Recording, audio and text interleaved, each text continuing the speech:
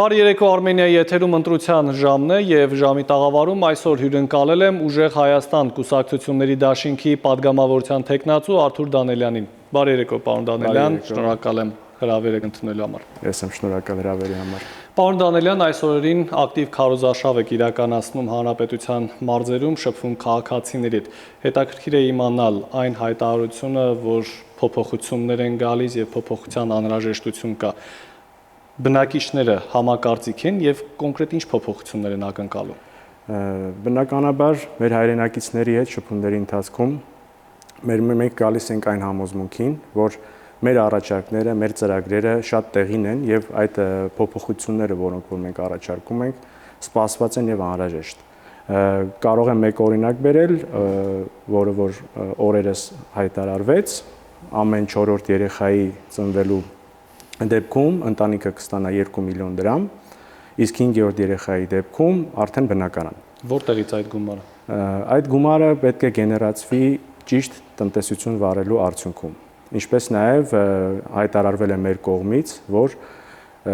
Հայաստանի Հանրապետությունում պետք է հաղթահարվի ծայրահեղ աղքատությունը, որի համար ստեղծվելու է նաև հիմնադրամ։ Հիմնադրամում մասնակցություն պետությունը ունենալու է 30%-ով, իսկ մնացած 70%-ը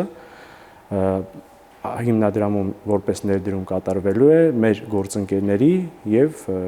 բարերարների կողմից։ Կան արդեն արձագանքներ, գործարարներ, որոնք պատրաստ են ներդրում կատարել, որպեսզի այդ 18,000 մեր հայրենակիցները աղքատությունը հաղթահարեն։ Ինչպես նշեցի, մեր կողմից առաջարկվող ծրագրերի ուղղությամբ մենք կատարել ենք մեծածավալ աշխատանք եւ հանրությանը ներկայացնում ենք մեր նպատակների, մեր ծրագրերի այն հատվածի մի մասը, որը որ, ինչպես Սամվել Կարապետյանն է ասում, երաշխավորում ենք։ Հետևաբար բոլոր առաջարկների, բոլոր ծրագրերի հիմքում ընկած են հստակ հաշվարկներ, հստակ աշխատանք եւ մենք չունենք որևէ կասկած, որ մեր կողմից առաջարկված ծրագրերը դառնալու են իրականություն։ Ձեր քարոզարշավին զուգահեռ իշխանության քարոզարշավը, որը 3 տեղի էր ունենում Արագածոտնի մարզում, բավական բուռն քննադատությունների պատճառ դարձավ, այն հանգամանքով պայմանավորված, որ հանդիպմանը մասնակցում էին նաև մեծ թվով ուսուցիչներ, նաև դպրոցականներ։ Ես լսեցի մի քանի ուսուցիչների կարծիք, նրանք ասում են, որ մենք եկել ենք մեր վարչապետին տեսնելու, նրա խոսքը լսելու եւ այդ նույն տրամաբանության մեջ ասում են, որ չկարողացան աշակերտներին դպրոցներում պահել եւ նրանք էլ ինքնաբուխ մասնակցեցին այս հավաքին։ Տարբեր քննադատություններ հնչեցին այս առիթով։ Հիմա հնարավոր չէ, որ մարդիկ իսկապես ցանկանային եւ թեկուզ դասի ժամին գային մասնակցել։ Այն, որ գործող իշխանությունը այս նախընտրական քարոզարշավի ընթացքում կիրառում է վարչական ռեսուրսը ամբողջությամբ, ինչքանով որ կարողանում է, դա կարծում եմ գաղտնիք չէ նաև հենց իրենց համակիրների համար։ Սակայն տարբերությունը այնտեղ է, որ մեզ համար դա ընդունելի է եւ ընդունելի չէ եւ մենք հասկանում ենք, որ վարչական ռեսուրսի կիրառումը նախընտրական քարոզարշավի ժամանակ պետք է բացառվի, իսկ իր համակիրները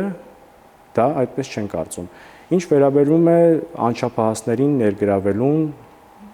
քարոզարշավին։ Գիտեք, ֆոն ստեղծելը եւ մարդկանց էմոցիաներ տալը պատկերներով գործող իշխանության գործելավոճն է։ Եվ մենք դա տեսնում ենք ոչ միայն քարոզարշավի ընթացքում, լավ տեսարաններ,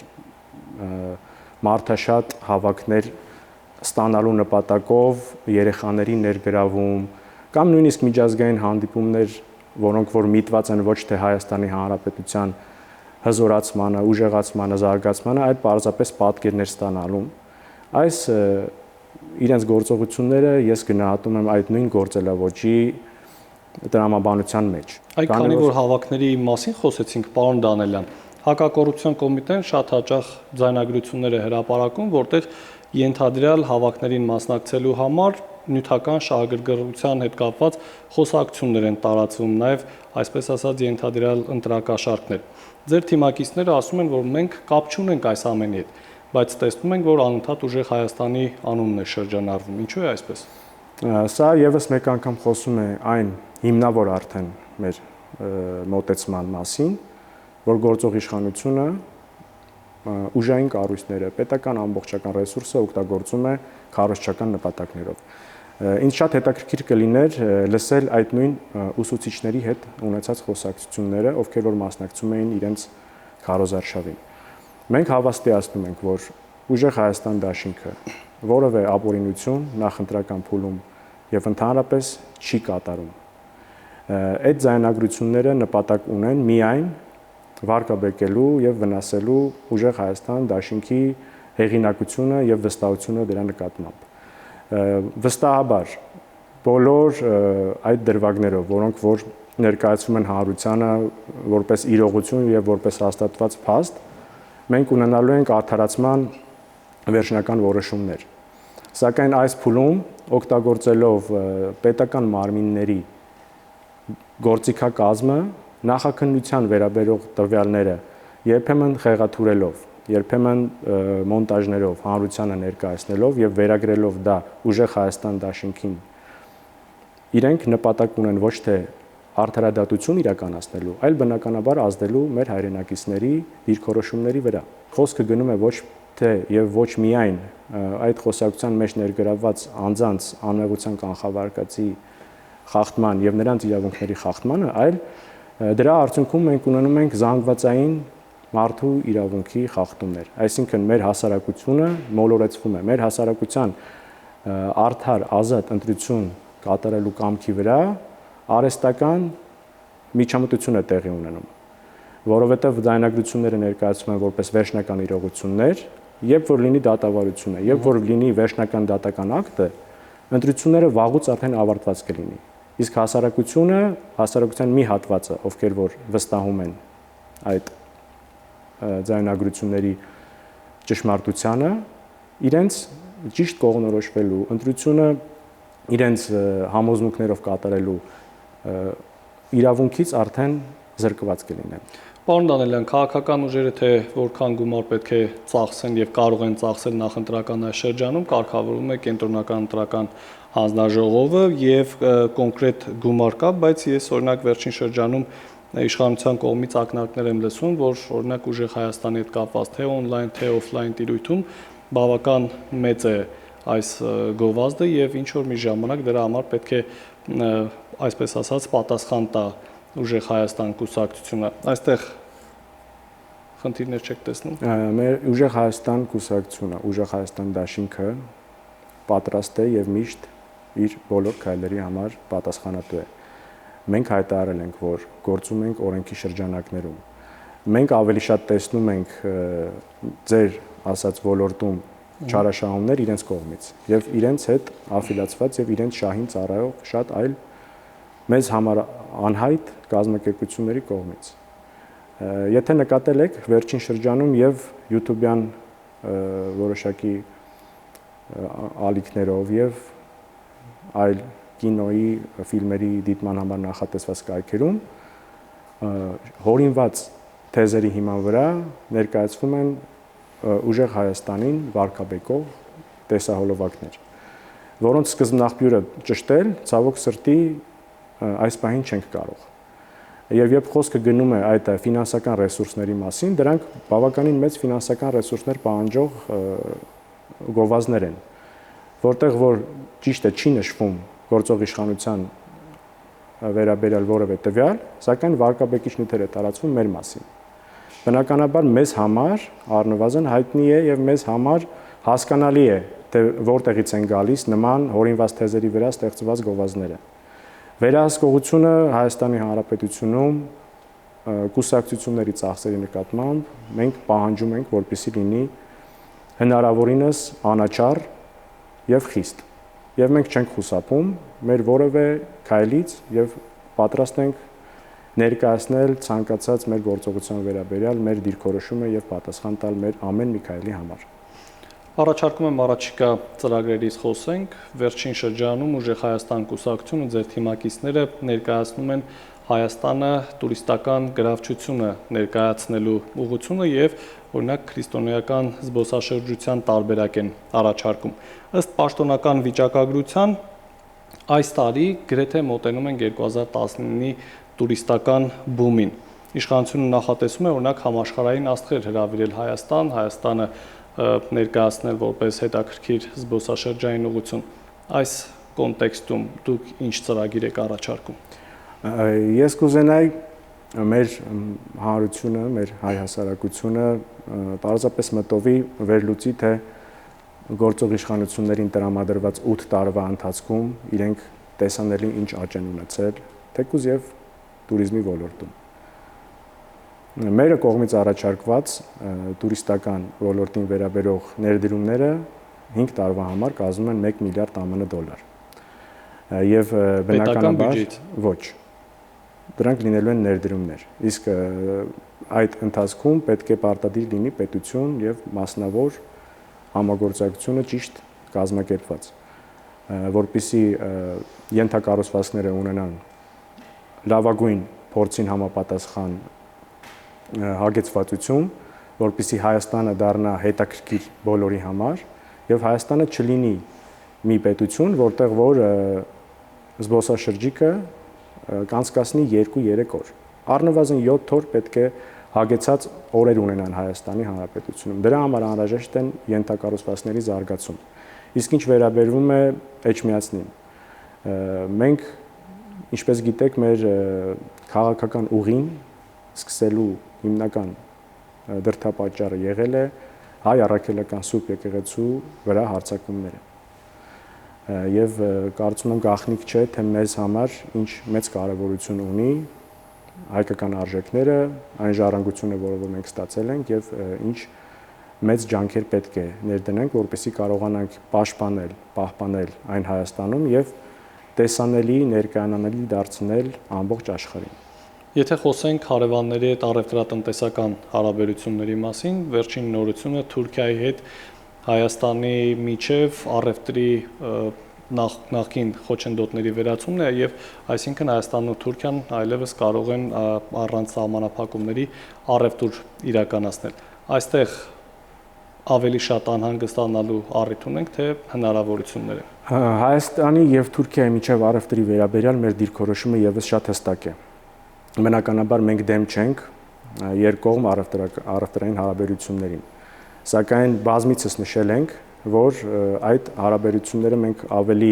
բարձր չենք գերադասում, քան մեր Հայաստանի Հանրապետության տնտեսական անվտանգությունը։ Նույն գյուղատնտեսության հետ կապված մենք ունենք բազմաթիվ հարցեր, արդյոք հայ-թուրքական առևտրաշրջանառության արդյունքում Հայաստանի Հանրապետության քաղաքացին, գյուղատնտեսությամբ զբաղվող մեր հայրենակիցը կտուժի, թե կշահի։ Բնականաբար առևտուրը մեր համար ողջունելի է, բնականաբար տնտեսական կապերը մեր համար ընդունելի են, սակայն Հայաստանի Հանրապետությանը անհրաժեշտ է տնտեսությունից հասկացող առաջնորդ, ով կկառավարի բոլոր ռիսկերը եւ չի վնասի այդ առևտուրը Հայաստանի Հանրապետությանը։ Մենք պետք է մեր բոլոր հարաբերություններում առաջնորդվենք սկզբունքով, որ առաջնայինը պետք է լինի Հայաստանի Հանրապետության շահը եւ Հայաստանի Հանրապետության քաղաքացու շահը։ Եթե այդ առևտրի արդյունքում որոշ ոլորտներ կարող են տուժել Հայաստանի Հանրապետությունում, բնականաբար անհրաժեշտ կլինի համապատասխան կարգավորումներ մտցնելու։ Մինչև այս սահմանափակումների վերացումն էլ փաստացի Հայաստանն ու Թուրքիան առևտուր անում էին, իհարկե մի փոքր այլ ճանապարհներով եւ գաղտնիք չէ, որ Հայաստանից օրինակ Թուրքիա հիմնականում հումք է արտահանվում կաշվի տեսքով։ Երբ նորմալանան, այսպես ասած, Թուրքիայի հետ հարաբերությունները, մենք այլ առաջարկ ունենք անելու Թուրքիային։ Այլ առաջարկ ունենալու համար կարծում եմ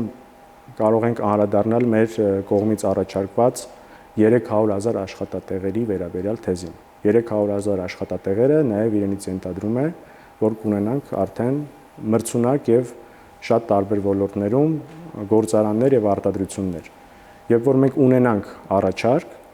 բնականաբար կգտնենք շուկաներ, Հայաստանի Հանրապետության կառավարությունը եւս պետք է շատ